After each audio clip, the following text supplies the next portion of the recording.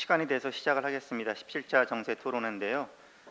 오늘은 김광진 우리 객원연구위원께서 우크라이나 전쟁에서 핵무기의 효용성이라는 주제로 발표를 해주시겠습니다. 저는 좀 미리 읽어봤는데 상당히 연구를 많이 하셨고 정리가 아주 잘 돼 있고 참 재밌는 그런 보고서라고 생각이 듭니다. 오늘 발표 아주 내실 있게 해주시고 또 저희가 토론도 이어갈 수 있도록 그렇게 하겠습니다. 오늘 또 외부에서 또 이 주제에도 관심 있으신 우리 김열수 교수님도 와주셨는데 이따 또 인사 나누시기 바라겠습니다. 박수. 그러면은 김광진 박사님께서 내용이 좀 많은데요. 뭐 너무 시간 구애받지 마시고 보통 한 30분 정도 하거든요. 예, 그렇게 좀 발표 내용이 좋으니까 이렇게 좀 해주시고 그 다음에 토론하도록 하겠습니다. 자, 부탁드리겠습니다.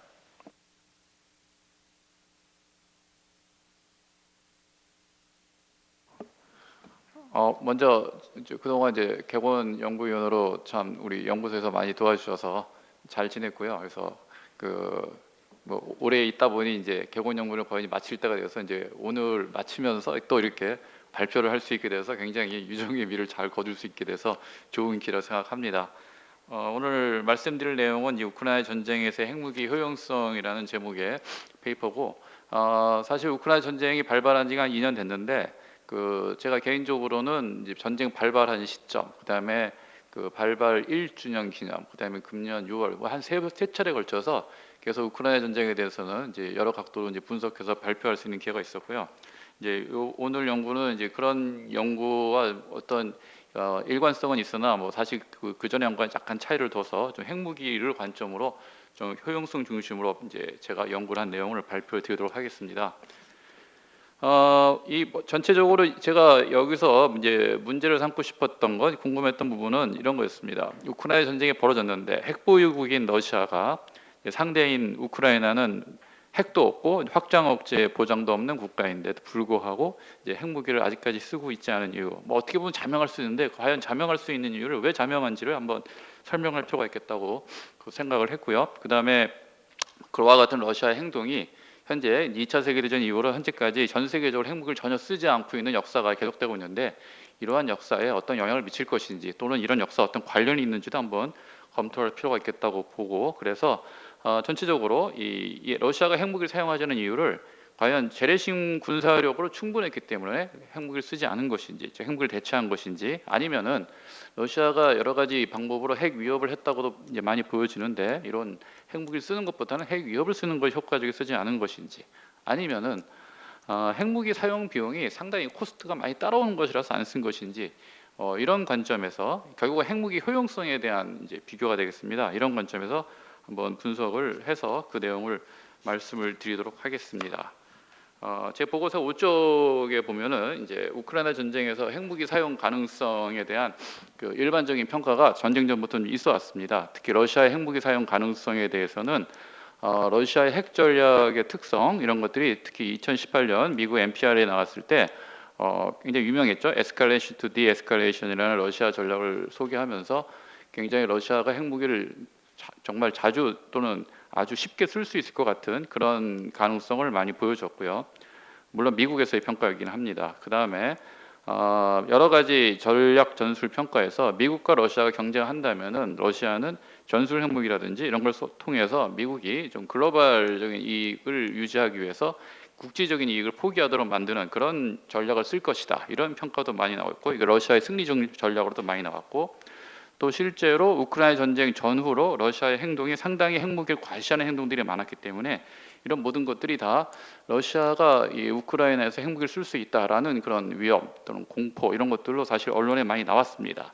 근데 그럼에도 불구하고 현재까지 이제 러시아는 핵무기를 사용하지 않고 있었다는 것이었고요.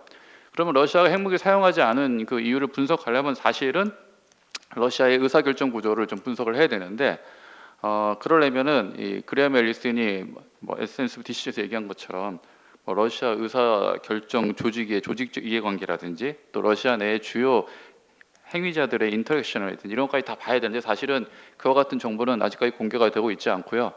아마 제가 살아있는 동안은 공개가 안 될 것 같습니다. 그래서 에센스 오브 디시전이라는 관점에서 봤을 때는 사실 합리적 행위적 관점으로 이거를 분석할 수밖에 없고, 그러다 보니 결국 러시아 핵 사용 결정에 대한 설명을 핵무기 효용성 분석을 통해서 좀 설명을 해보도록 하겠습니다. 7쪽에서 보면은 이제 그런 효용성 분석을 하기 위해서 몇 가지 지금까지 기존 이론들을 좀 검토해 봤습니다. 먼저 이 재래식 군사력이 핵무기를 대체할 수 있느냐, 이 관점에서는 결국 핵무기의 사용 목적과 사용 유형이 좀 분류가 돼야 재래식 군사력과 비교할 수 있기 때문에 먼저 핵무기 사용 유형에 대한 분류를 한번 살펴봤습니다. 기본적으로 핵무기가 처음 사용된 2차 세계대전 당시에는 뭐 핵사용 목적에 대한 논란은 거의 없었다고 합니다. 그냥 전략폭격 연장선상으로 핵무기가 사용됐다고 합니다. 그런데 그 이후에 이제 미소가 냉전이 시작된 다음부터는 이제 핵무기 사용 목적 유형에 대한 논의가 시작이 되고, 거기에 따라서 몇 가지 구분이 가능한 그런 경험적 사례들이 나타났습니다. 첫 번째 유형이라고 할 만한 것은 제1격 용도의 핵무기 사용이라고 할 수 있는데요. 당시에 미국이 초기에는 상당히 소련보다 핵 우위가 있었기 때문에 이걸 활용해서 선제 공격한다는 그런 컨셉에서 나온 유형이 되겠습니다. 뭐 다른 말로 한다면은 뭐 예방 공격, 선제 공격 되겠고, 뭐 비핀 나랑이 얘기한 핵태세 관점에서 그걸 분류한다면은 선제 공격 태세, 스플렌디드 퍼스트 스트라이크 퍼스처 정도로 이제 분류가 될 수 있겠습니다. 여기서의 특징은 상대방의 보복 능력까지 선제적으로 괴물시키겠다, 이런 것들이 핵무기 사용 유형이 되겠습니다. 그런데 이제 두 번째 유형으로서는 이격 용도의 핵무기 사용이라고 이름을 붙여봤는데, 이것도 이제 아이젠하워 행정부 당시에 이렇게 일격 용도의 핵무기 사용이 뭐 미국 의회에서 도저히 받아들여지지 않을 걸로 보고, 거기에 대해서 이제 선택적으로 선택한 것, 즉 핵무기를 억제의 수단을 쓰겠다, 이격 용도로 쓰겠다라는 컨셉이 나온 걸로 좀 알려져 있고요. 뭐 그런 것들이 후일 미국의 확증 파괴 전략이라든지 이런 쪽으로 많이 계승이 되었고, 소련도 상당히 후반부, 냉전 후반부에는 이런 핵보복 전략을 미국처럼 받아들였다는 평가도 있긴 합니다. 이것을 이제 비픽 나란식의 어떤 지역 핵보유국 차원에서의 뉴클리어 포스처로 분류를 해본다면은 이제 확증보복, 어셔드 리탈리에이션 핵태세하고 굉장히 유사한 그런 유형이 되겠고요. 기본적으로 이 유형에서의 목적은 이제 최후의 수단이자 억제 목적으로 핵무기를 쓰겠다 하는 것이 되겠습니다. 세 번째 유형으로서는 제한 정징 용도의 핵무기인데, 이것도 역시 핵무기를 처음 유형에 대한 논의를 했던 아이젠하워 행정부 시절에 아이젠하워 대통령 자신도 포함해서 전면 핵전쟁으로 확전이 되지 않고도 전술 핵무기를 쓸 수 있다는 그런 가능성, 이런 믿음이 있었기 때문에 이런 제한적인 핵무기 사용 개념이 이때부터 발전이 되어 왔고, 이런 것들이 후일 미국에서는 이 대군사 표적을 목표로 하는 이 피해 최소화, 데미지 리미트 전략으로 많이 이어졌고, 나중에 닉슨 행정부 시절에는 아예 슐레진주 국방장관이 이렇게 제한 핵전쟁 옵션이 있다는 것을 언론에 공개하는 적도 있었죠. 여기서의 이 유형의 특징은 확전을 좀 에스컬레이션을 유리한 방향으로 통제하면서 핵무기를 선택적이고 제한적으로 쓰겠다, 이런 이와 같은 목적이 되겠습니다. 네 번째 유형은 이제 전투 용도로 쓰는 것, 배틀필드에 쓰는 내용이 되겠습니다.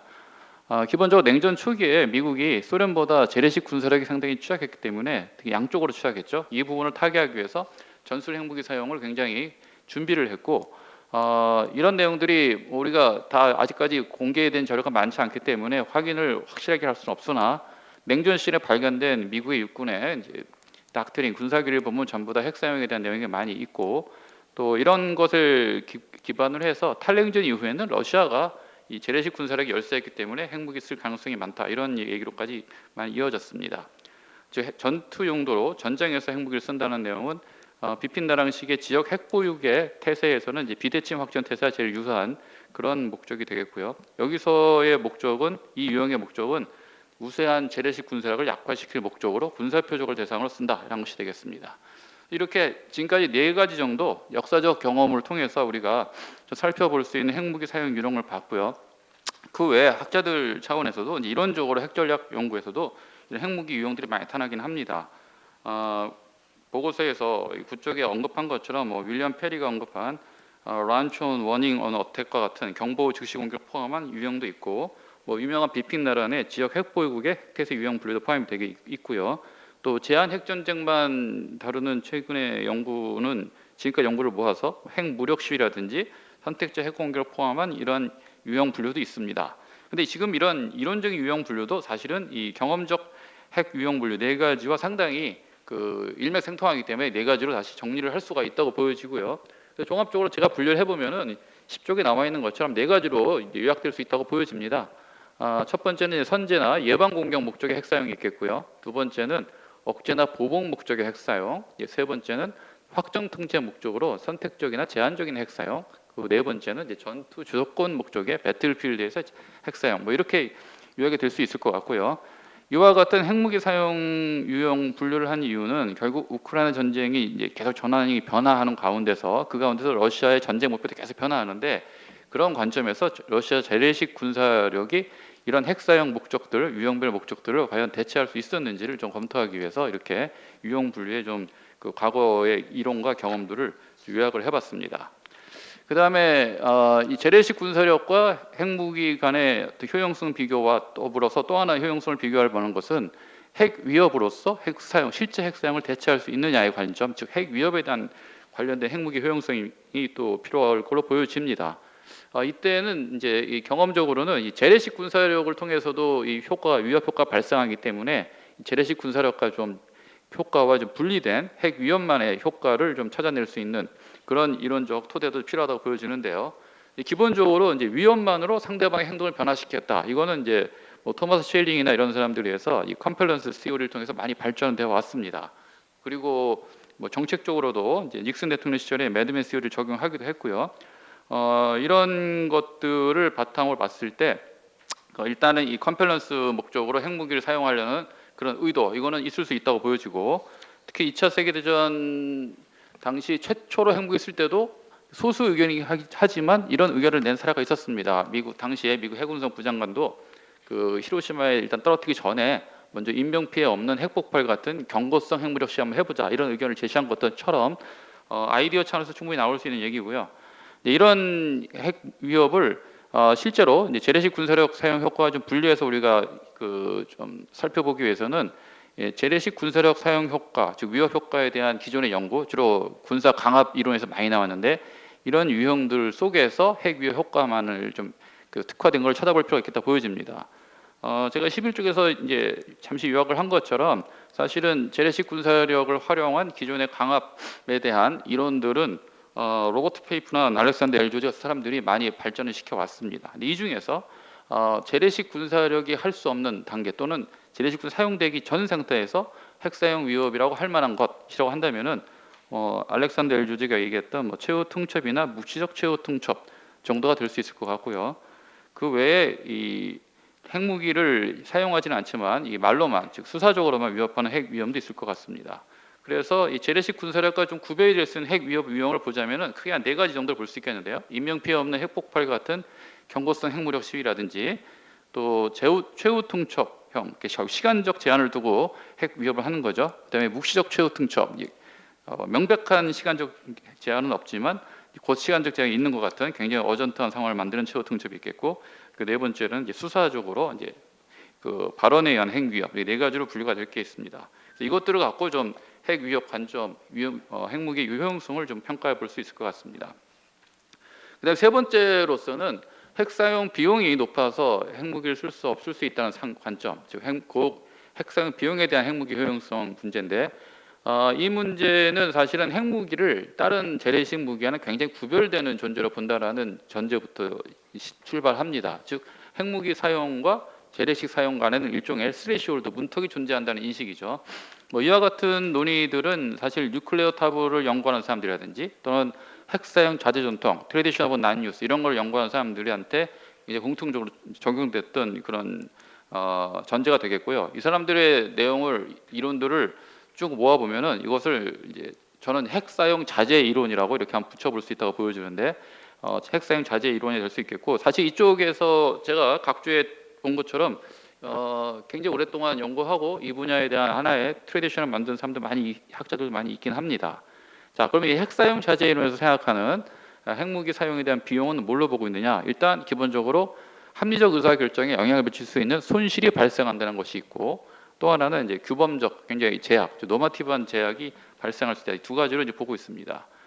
핵무기 사용에 대한 손실이라고 여기서 얘기할 수 있는 것들은 주로 핵무기가 사용됐을 때 그로 인해 생기는 이 통제 불능의 부수적인 피해, 이런 것들이 있겠고요. 그다음에 전쟁이 핵무기로 인해서 확전이 돼서 제3국이 개입을 하게 되는 상황, 또 상대방이 격렬한 대응을 하게 되는 상황, 이런 것들이 핵무기 사용으로 인한 비용으로 보통 연구가 되어 왔습니다. 그 외에도 규범적 제약이라는 관점에서는 핵무기 사용하게 되면은 어쨌든 대량 파괴무기를 사용한 것이기 때문에 국가의 유신도 상실 좀 저하되고 국제사회 리더십도 떨어지고 동맹국의 지원이나 국내 여론의 지지 상실 뭐 이런 것들도 존재한다. 이것이 이제 핵사용 자제 이론에서의 얘기고요. 또 여기서는 이런 규범적 제약이 계속 지금까지 2차 세계대전이 계속되어 왔기 때문에 점점 이 시간이 지날수록 이런 핵무기 사용에 대한 자제는 더 강화될 것이다. 뭐 이런 내용들을 여기서 얘기를 하고 있습니다.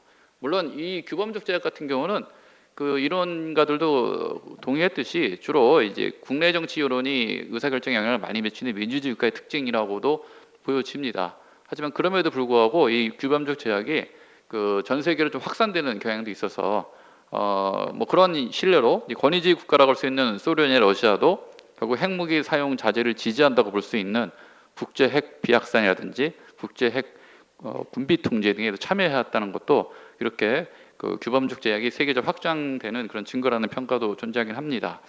그래서 저는 이 핵사용 자제에서 얘기하는 이 핵무기 사용의 손실, 규범적 제약 이런 것들이 우크라이나 전쟁의 전황 속에서 핵무기 효용성에 대해서 어떤 영향을 미쳤는지 어떻게 평가할 수 있는지를 한번 볼 수 있다면은 그 핵 사용의 비용을 우리가 평가할 수 있는 도구로 보여진다고 생각이 됩니다.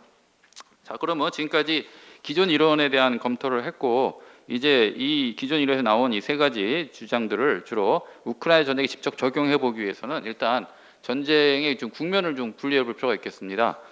이게 전쟁이 굉장히 길게 됐기 때문에 국면을 좀 분리해서 각 상황별로 유형을 비교할 필요가 있겠는데요. 일단 기본적으로 전쟁은 2022년 2월에 시작되긴 했지만 그 이전에도 러시아가 핵무기를 좀 과시하는 행동도 있었고요. 양국 간 분쟁도 있었기 때문에 전쟁 국면 구분은 좀 그 이전부터 2014년 돈바스 분쟁부터 분리를 해야 된다고 생각을 하고요. 그 시절부터 전쟁 목표가 변화했다는 기준을 통해서 구분을 해보면 대략 4단계 정도로 구분이 가능하다고 보여집니다. 그래서 먼저 1단계 상황은 이제 돈바스 전쟁 상황인데요. 2014년부터 시작을 했죠. 이때의 전쟁의 목표는 이제 러시아와 우크라이나 입장에서 각각 돈바스 지역에 대한 분리 독립 또는 우크라이나 입장에서 분리 독립 저지였죠. 뭐 이런 목표가 있었고요. 근데 이게 목표가 바뀌는 게 2022년 2월 러시아가 침공 단계이죠. 이때 바뀌는데 이때 러시아의 전쟁 목표는 뭐 키이우 정권 교체로 좀 알려져 있습니다. 러시아 전쟁 목표가 바뀌었다는 거죠. 이게 2단계 전환의 기점으로 보여지고요. 그러다가 이 러시아의 전쟁 목표가 다시 한번 바뀌는데 2022년 4월부터는 이제 키이우 정권 교체가 아니라 이제 돈바스 지역을 포함한 영토 확장을 변경이 됐는데 이때 이 목표 변경을 기준으로 해서 이 전쟁을 이제 3단계로 이제 구분해 볼 수 있을 것 같습니다. 그리고 2022년 8월이 되면 우크라이나가 반격에 성공하면서 이 전쟁 목표 자체가 이제 러시아로부터의 모든 실질을 회복한다 이런 목표로 변환됐던 것. 이 시기부터는 전쟁의 4단계를 볼 수 있겠고요. 그 전쟁의 이 목표 관점에서 보면은 이 4단계는 지금까지 계속되고 있다 이렇게 볼 수가 있겠습니다. 그래서 이렇게 그 4단계로 이제 구분된 국면별로 이 세 가지 설명, 즉 재래식 군사력의 핵무기를 대체할 수 있었느냐, 또는 핵 위협 효과가 핵무기를 대체할 수 있었는가, 또는 핵 사용 비용 발생 때문에 핵무기를 포기했는가, 이런 세 가지 관점의 설명을 한번 이 국면별로 검토를 해보도록 하겠습니다. 첫 번째 검토할 것은 이제 재래식 군사력이 과연 핵무기를 대체할 수 있었느냐에 대한 설명이 되겠습니다. 자, 우크라이나 전쟁 1단계, 우크라이나에 대해서 러시아가 전면 침공하기 전 단계입니다. 이 시점에서 이제 러시아가 핵무기를 사용할 수도 있었던, 고려할 수 있던 상황은 2021년 12월 러시아가 나토를 대상으로 전략적 요구를 제시했던 그런 시점으로도 볼 수가 있겠는데요. 사실 이때까지 우크라이나는 미국하고 이미 전략적 파트너십 관계였고, 또 나토는 우크라이나에서 기본적인 군사훈련을 계속 하고 있었고요. 또 돈바스에서 일어난 이 분쟁 상황, 굉장히 이때까지는 러시아한테 좀 불리한 상황으로 진행이 되고 있는 상황이었습니다. 이런 상황에서 러시아는 나토를 대상으로 이 전략적 요구를 했고, 이 사항들은 그 당시 서방 언론에서는 이제 러시아의 핵무기 사용 레드라인으로 이제 평가하는 사례도 좀 있었습니다. 그래서 핵무기 사용 가능성은 이때 있을 수 있다고 보여지는데, 이때 러시아 요구 중에서 이제 동유럽에 소속되었던 과거 동유럽 국가였던 나토 동맹국에 대해서 군사력 증가를 금지해라, 이 얘기는 지켜지지 않았고요. 뭐 이런 관점에 봤을 때는 러시아 입장에서 레드라인 침범됐기 때문에 뭐 이때 만약에 핵무기 사용한다면은, 만약에 한다면은 뭐 선제나 예방 목적의 핵 사용이나 또 확정 통제 목적의 선택적 제한적 핵사용 유형 뭐 이런 것들이 선택해 볼 수 있는 그 선택지였는데 러시아는 그러지 않고 이제 재래식 침공을 선택을 했죠. 그다음에 전쟁의 2단계 러시아가 우크라이나를 직접 전면 침공한 단계에서는 러시아가 핵무기를 사용한다면은 대략 그 러시아의 초기 재래식 침공이 완전히 거의 실패로 드러난 뭐 3월 이후 정도로 볼 수가 있겠습니다. 우리가 잘 알다시피 러시아 지상군들이 뭐 키이우 공항 안토노브 국제공항에서 역습당한 것을 기점으로 해서 거의 전쟁의 목표 달성에 좀 많이 실패를 했고 특히 러시아 공군 같은 경우에는 우크라이나의 지상 이동형 방공부대를 거의 제압을 못해서 사실상 러시아가 재래식 침공으로 우크라이나 장악하는 목표가 이때 많이 좌절이 됐고요. 3월부터 있었던 평화 협상도 이제 러시아의 의도대로 안 갔기 때문에 이 시점이 이제 러시아가 유리한 평화 협상 압박 등등의 목표를 위해서 핵무기를 사용한다면은 이제 확전 통제 목적의 선택적 핵 사용 뭐 이런 것을 해볼 수 있는 그런 시점이었는데 러시아는 그런 선택을 하지 않고 전선을 재편성해서 재래식 전쟁을 계속하는 것으로 이제 나갔습니다. 그렇게 해서 이제 3단계 전쟁이 시작이 됐고요. 3단계 전쟁의 특징은 이 돈바스 지역을 중심으로 한 대규모 화력전이었습니다. 근데 이 시기도 그 상당히 우크라이나한테 불리했던 상황이 있었는데 거의 우크라이나군이 러시아의 화력전에 의해서 거의 능력을 거의 상실할 뻔했다 가까스로 회생했던 시점 대략 2022년 4월에서 5월 초 이 상황이 존재합니다. 이 시기까지 사실 러시아는 뭐 하루에서 5만 발에서 6만 발 정도 막대한 포탄을 쓰면서 이 뭐 루안스크 전역에 대한 점령 작전을 시작했고요. 이때 우크라이나가 거의 그 미국의 지원이 5월부터 제대로 오지 않았으면은 상당히 그 회생이 불가능했을 것이다라는 평가가 많을 정도로 굉장히 위험했던 상황이었습니다. 그렇기 때문에 만약에 이 대략 5월부터 미국의 지원으로 우크라이나 다시 되살아나기 시작한 이 시점이 러시아가 만약에 핵무기를 사용한다면은 뭐 확전 통제 목적이나 전투 주도권 목적 핵사용을 사용할 수도 있는 그런 상황이라 볼 수 있었는데요. 근데 우리가 알다시피 러시아는 핵무기 선택을 하지 않고 계속 화력 소모전을 이어졌습니다. 또 한 번의 러시아가 핵 사용할 수 있는 상황이라고 한다면은 2022년 8월 이후에 우크라이나군의 대반격이 성공할 때 시점이었습니다. 이때 상당히 우리가 알다시피 하르키우주를 중심으로 해서 우크라이나가 굉장히 많은 영토를 탈환을 했고 러시아군이 후퇴를 하게 되는데요. 이 시점은 러시아 입장에서는 이제 전투 주도권 목적의 핵 사용을 좀 고려할 수 있는 상황이었는데 러시아는 그렇지 않고 이 하르키우주 전선을 좀 후퇴하면서 재편성하는 그런 재래식 전쟁에 의존하는 결과를 보여줬습니다. 이 단계 이후로는 우크라이나가 전쟁을 계속 이제 장기전으로 가면서부터 특히 2022년 가을부터는 중요한 포인트는 우크라이나의 항전 의지로 이제 보여졌습니다. 기본적으로 2022년 9월 여론조사 결과 봤을 때 굉장히 많은 우크라이나 국민들이 뭐 반드시 영토 회복을 통해서 승리해야 된다고 믿고 있었고 또 미국과 나토의 무기 지원에 대한 필요 조건도 우크라이나 항전 의지였기 때문에 이 부분에 대해서 러시아가 만약에 핵무기를 쓴다면 결국 우크라이나 항전 의지 붕괴, 즉 확전 통제 목적의 선택적 핵사용 이런 것들도 고려해 볼 수 있었는데 사실 러시아는 이 시기에 그거보다는 이제 재래식 미사일이나 드론에 의존하는 대규모 전략 폭격을 10월부터 시작하는 걸로 대처를 했습니다. 그 이후에도 만약에 러시아가 핵무기를 쓸 수 있다면 언제 됐겠느냐 본다면은 대략적으로 2023년 러시아의 겨울 공세 실패하고 6월부터 우크라이나가 다시 대반격 시작하는 시점이 되는데 이 시점에도 역시 우크라이나 입장에서는 특히 서방으로도 공격 무기도 많이 지원받았고 F-16 전투기 지원도 약속받았고 이런 상황이었고요. 이런 관점에서는 러시아도 전투 주도권 목적 핵상에 고려될 수 있었는데 여전히 우리가 알다시피 재래식 군사력에만 집중을 했습니다. 자, 이걸 봤을 때 지금까지 검토한 재래식 군사력의 이 전황별 적용을 봤을 때 전체적으로 러시아는 핵무기 사용 목적에 대한 4가지 분류 중에 이 억제나 보복 외에는 전부 다 이 사용할 수 있었던 유형을 적용할 만한 상황이 있긴 했습니다. 하지만 그럼에도 불구하고 사용을 하지 않았고요. 또 각각의 상황들이 전부 다 이 재래식 군사력으로서는 어떤 더 이상 효과를 발생하기 힘든 한계점이 많이 도달한 상황들이 많았는데 그럼에도 불구하고 러시아는 핵무기를 사용하지 않았다는 것을 봤을 때는 이 재래식 군사력으로 충분히 전쟁이 가능했기 때문에 핵무기를 쓸 필요가 없었다라는 설명보다는 좀 다른 설명이 필요하지 않을까 이렇게 보여집니다. 그래서 이 18쪽에 있는 핵 위협 효과로 핵무기를 대체할 수 있었을까 이 부분을 한번 살펴보도록 하겠습니다. 일단 러시아는 이 핵 사용을 할 것 같은 이런 움직임이라든지 또 수사적 핵 위협 이런 것들이 전쟁의 그 전면 침공 이전부터, 즉 제가 분류한 전쟁 1단계부터는 존재하긴 했습니다. 또 흥미로운 것은 제가 이 각주에도 달았다시피 이 러시아의 모든 핵 동향을 좀 분석한 데이터가, 또 공개 데이터가 좀 존재합니다.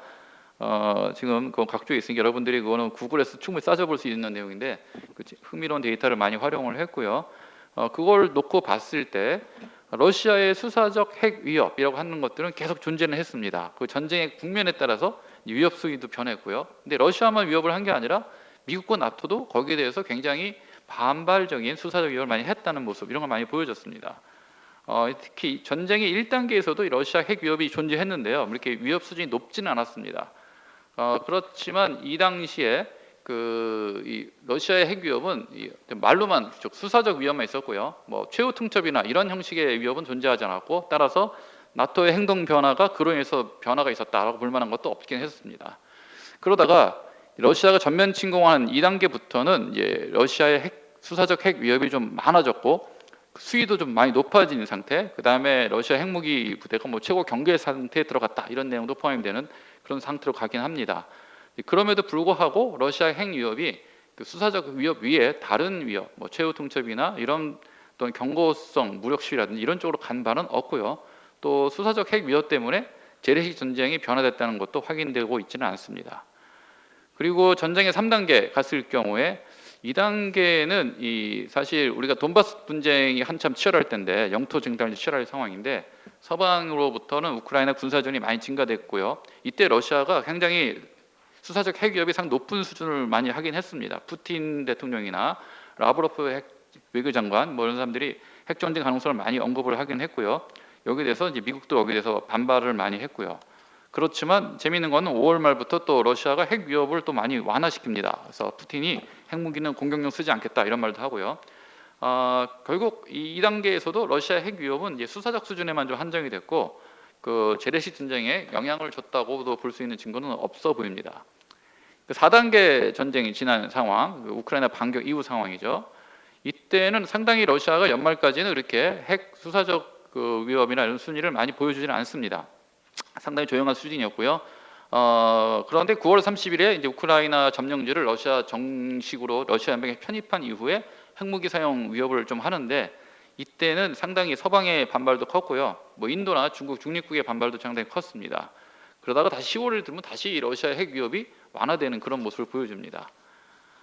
그리고 2023년에 들어서면서는 그 2022년에 비해서는 상당히 러시아 핵 위협 빈도나 표현 수준이 감소한 추세를 보여주고, 잠시 간헐적으로 이제 2월달에 서방이 서방 공격 무기를 이제 우크라이나에 지원할 때라든지, 또는 6월에 우크라이나 대반격이 시작될 때, 이때 다시 좀 증가되는 시기가 있었으나 전반적으로는 2022년에 비해서 크게 증가되거나 그러지는 않았습니다.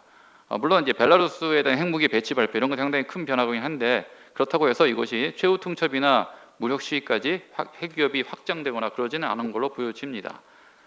그래서 전반적으로 러시아의 전체적인 핵 위협을 놓고 보면은 전체적으로는 이제 수사적 핵 위협에만 있었고요. 핵 위협 효과가 과연 있었는지는 우리가 좀 불분명하다고 보여집니다. 그리고 이 수사적 위협 때문에 사실은 미국이나 서방도 같이 위협을 나섰고, 친러시아 중립국들이 굉장히 행동 변화를, 부정적인 행동 변화를 보였던 것 등등을 봤을 때 그 러시아가 핵 위협을 통해서 별로 얻은 건 별로 없어 보이고요. 또 수사적 핵 위협도 어떤 특정 목표를 갖고 있다기보다는 패턴이 별로 찾기 힘들 정도로 이제 불규칙한 변화가 많이 있었습니다. 그래서 핵 위협, 우크라이나 전쟁에서 러시아의 핵 위협을 평가한다면은 결국 핵 위협이 핵 사용을 대신할 수는 없었다라고 판단할 수도 있을 것 같고요. 물론 이거 상당히 좀 그 단정적이고, 또 다른 가능성 있는 판단은 러시아 스스로 핵 위협을 핵무기 대체제로 사용할 생각은 없었다, 이렇게 볼 수도 있을 것 같습니다. 근데 마지막으로는 핵무기 사용 비용을 통해서 이제 설명해 보는 그런 것을 한번 시도를 해보도록 하겠습니다. 결국 이것은 핵사용 자제 이론에서 나오는 핵사용에 인한 비용을 갖고 그 각 국면별로 이제 러시아가 어떤 그 핵무기를 사용해서 어떤 비용이 있겠느냐, 이걸 보는 건데요.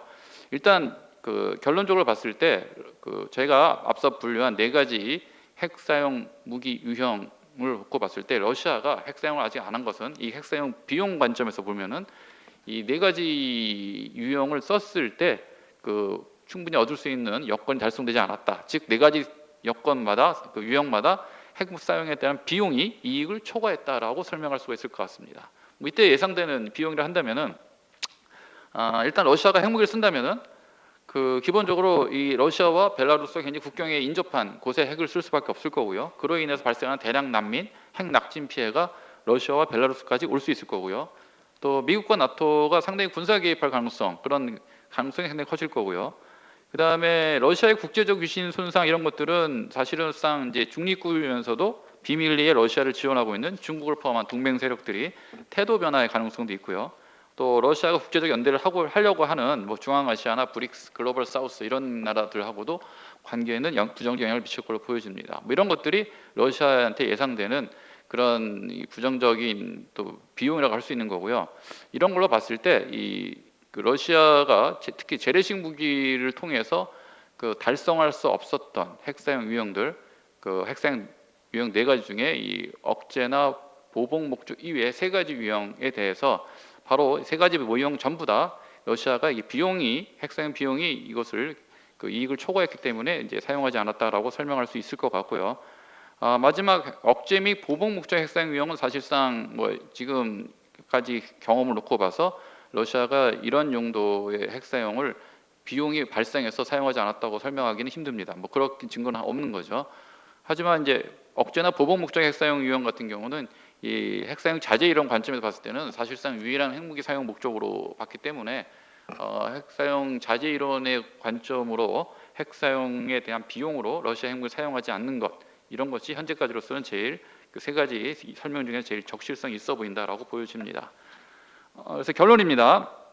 결론적으로 봤을 때 결국 우크라이나 전쟁에서 러시아가 핵무기 사용하지 하는 이유는 재래식 군사력이 핵무기를 대체한 것을 보기도 힘들고 또 핵 위협으로 핵 사용을 대체했다 보기도 힘들고 결국은 핵무기 사용으로 인해서 예상되는 비용 때문에 사용하지 않았다라고 설명하는 것이 제일 현재까지로서는 적절할 걸로 보여지고요. 특히 러시아의 그 핵 위협, 또 수사적 핵 위협 이런 것들은 이 핵무기의 그 사용을 대체하지도 못한 걸로 보여지지만 또 재래식 군사력의 뭐 러시아의 침공 작전이죠. 재래식 군사력 역할도 그렇게 보완하지는 못한 걸로 보여집니다. 러시아가 상당히 핵무기 존재도 과시도 하고 그 위협을 많이 했는데 지금 23쪽에 보인 것처럼 그동안 이 핵 위협이나 이런 활동을 통해서 러시아가 전략적으로 이제 얻은 것들은 이런 거죠. 러시아 영토에 대해서 미국이나 나토의 무기로 직접적인 공격하는 거 이런 거 아직까지 못하고 있고요. 또 미국이나 나토가 비행금지 구역 선포 이런 거 못하고 있고 또 우크라이나의 나토 가입 못하고 이런 것들이 러시아가 지금까지 획득한 전략적 이익을 볼 수 있는데 반면에 러시아가 상실한 것도 꽤 있습니다. 즉 우크라이나군이 러시아 영토 직접 공격하는 거 이거 다 지금 실제 이러는 상황이고요. 우크라이나가 지속적으로 전쟁 계속하고 있는 것 이 문제도 있고요. 또 나토가 우크라이나 무기를 지원하고 또 핀란드, 스웨덴 나토 가입같이 나토의 확장 계속 일어나고 이런 것들은 러시아가 얻지 못한 전략적 효과를 얻지 못한 부분이죠. 결과적으로 러시아 핵 위협은 이 재래식 군사작전 편에도 그렇게 영향이 크지 않았고 또 전략적 이익이라는 측면에서도 상당히 제한적인 효과만 있지 않았는가. 또 이런 제한적인 효과라는 것도 과연 핵 위협 때문인지 아니면 미국이 생각하는 국제 질서 때문인지도 불분명한 상황이라 볼 수 있겠습니다. 그래서 이런 그 종합적으로 봤을 때는 핵 사용 자제 이론을 이제 러시아의 핵무기 사용 결정 상황에 좀 적용을 해본다면 결론적으로 핵무기 사용 비용이 높아서 러시아가 핵 사용을 하지 않고 있다 뭐 이런 것을 볼 수 있고요. 사실 이런 설명에 대해서 하나 더 이제 핵 사용하지 않은 이유에도 보통 많이 얘기하는 것들이 이런 것이 있습니다. 그 실제 러시아가 이제 우크라이나에서 핵 사용을 할 만한 표적이나 이런 것도 찾지 못했다 이런 말이 있습니다. 특히 뭐 1단계라고 할 수 있는 돈바스 대반란전 상황에서는 저는 전형적으로 핵 사용을 할 만한 표적이 없는 상태였고요. 또 3단계 이후에 영토 쟁탈전 이후에도 역시 그 핵 사용을 할 만한 상황이 안 될 정도로 굉장히 밀접한 부대가 밀접해 있던 상황인 것인데 뭐 사실 이렇게 핵무기 사용할 표적을 찾지 못했다는 설명도 일종의 핵 사용 비용 때문에 사용하지 못했다는 표현의 다른 표현으로 볼 수도 있기 때문에 여전히 그런 설명에 있어서도 핵 사용 자제 이론에 의한 즉 핵무기 사용 비용이 높아서 안 했다는 이 설명은 계속 유용할 걸로 보여집니다.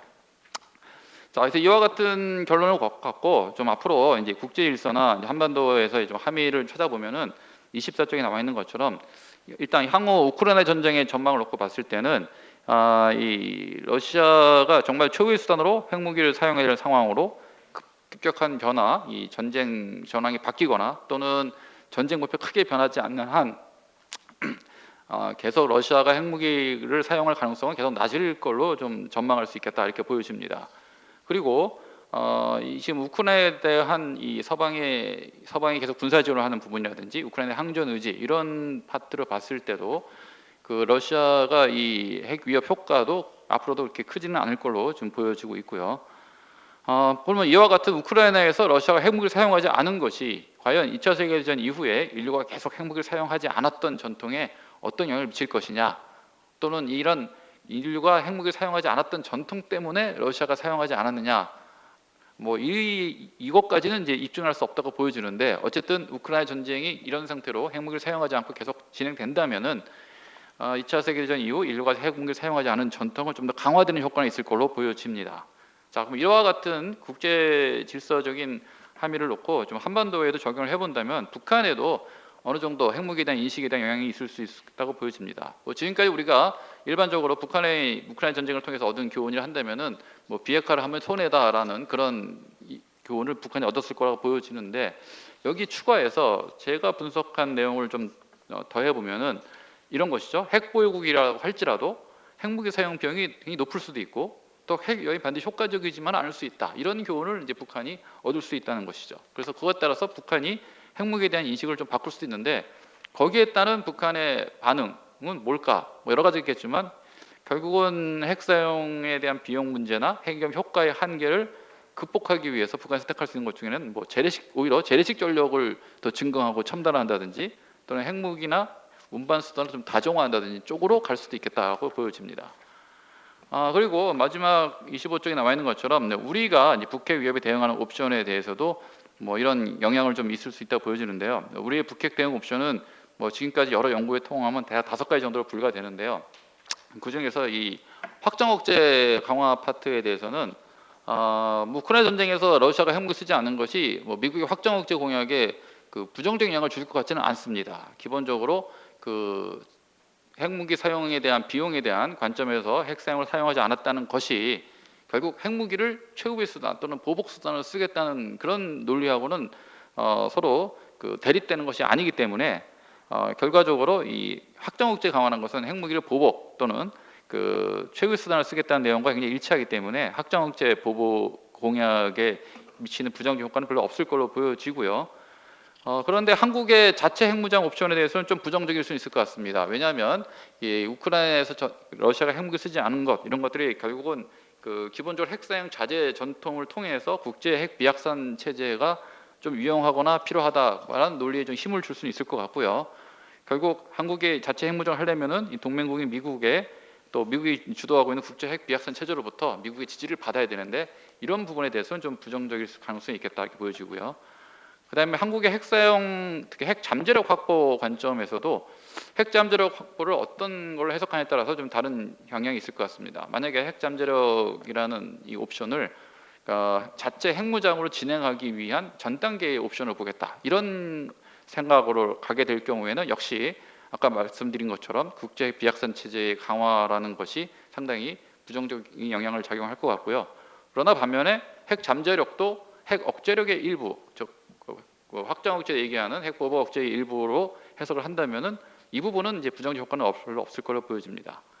그 다음에 이제 미국의 전술 핵무기 배치 옵션 같은 경우는 이것도 역시 이거 전술 핵무기를 배치해서 과연 전투 주도권 목적으로 쓰겠느냐 아니면 억제의 보복 목적으로 쓰겠느냐, 이것도 구분이 가능한데, 이 전투 목적으로 쓰겠다는 것은 역시 우크라이나 전쟁의 결과로 봤을 때 좀 부정적인 영향을 미칠 수 있을 것 같고요. 그러나 억제 및 보복 목적으로 쓰겠다는 것에 대해서는 그렇게 부정적인 효과는 없을 걸로 보여지고요. 특히 최근에 러시아가 벨라루스에 전술 핵무기 배치한 것은 오히려 좀 더 긍정적인 효과는 있을 수 있을 걸로 보여집니다.